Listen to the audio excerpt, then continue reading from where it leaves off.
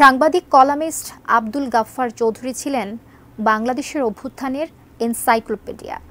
নির্মোহ ও বস্তুনিষ্ঠ লেখনীতে তিনি তুলে ধরেছেন ইতিহাস, তার মধ্য দিয়ে মানুষ পেত কথা বলার সাহস।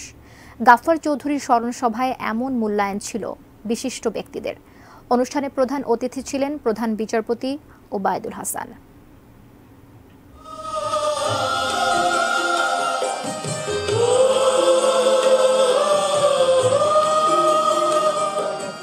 কালজয়ী এই গানে ভাষা পেয়েছে ভাষা শহীদদের প্রতি জাতির শ্রদ্ধা নিবেদন। শহীদ দিবসের এই গান হয়েছে অমর। বাঙালি জাতির কাছে আব্দুল গফফার চৌধুরী মানে জীবন্ত এক ইতিহাস।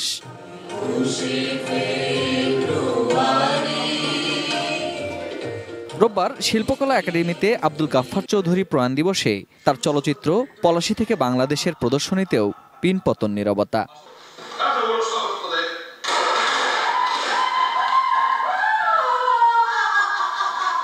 বক্তৃতায় তাকে মূল্যায়নে নানাজনের সঙ্গে নানা স্মৃতিচারণ।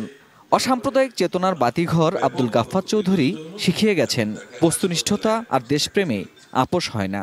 বঙ্গবন্ধুর কন্যা যখন ক্ষমতায় এসছেন, আওয়ামী লীগ যখন বঙ্গবন্ধুর আদর্শ চেতনা থেকে বিচ্যুত হচ্ছে, তখন আওয়ামী লীগের সমালোচনা করতেও তিনি ছাড়েননি। তার লেখার মধ্য দিয়ে আমাদের দেশের মানুষ উদ্দীপ্ত হতে কেবল নয়, সাহস পেত কথা বলার ক্ষেত্রে।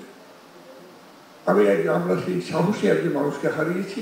বাংলাদেশকে ভালোবাসা, সাম্প্রদায়িকতার বিরুদ্ধে দাঁড়িয়ে বুক উঁচিয়ে কথা বলার মতো এমন মানুষ খুব কমই দেখেছি। আরেকজন গফফার চৌধুরী যদি আসতেন, তাহলে আমরা হয়তো আবার বাংলাদেশের সবাইকে উজ্জীবিত করতে পারতাম। প্রধান বিচারপতিও তার স্মরণে উচ্চারণ করলেন, গফফার চৌধুরীর লেখনী কিছু পাওয়ার জন্য বা কাউকে তুষ্ট করতে নয়, নির্মোহ এক বিশ্লেষণ। এখন উচিত যা তরুণ প্রজন্মের মধ্যে ছড়িয়ে দেওয়া। এই হলে যদি তরুণ মুখ খুব বেশি দেখা যেত, তাইলে আমি বলতে পারতাম, আমরা ভাবতে পারতাম গফফার চৌধুরী সাহেবের লিগাসি তারা বহন করবে।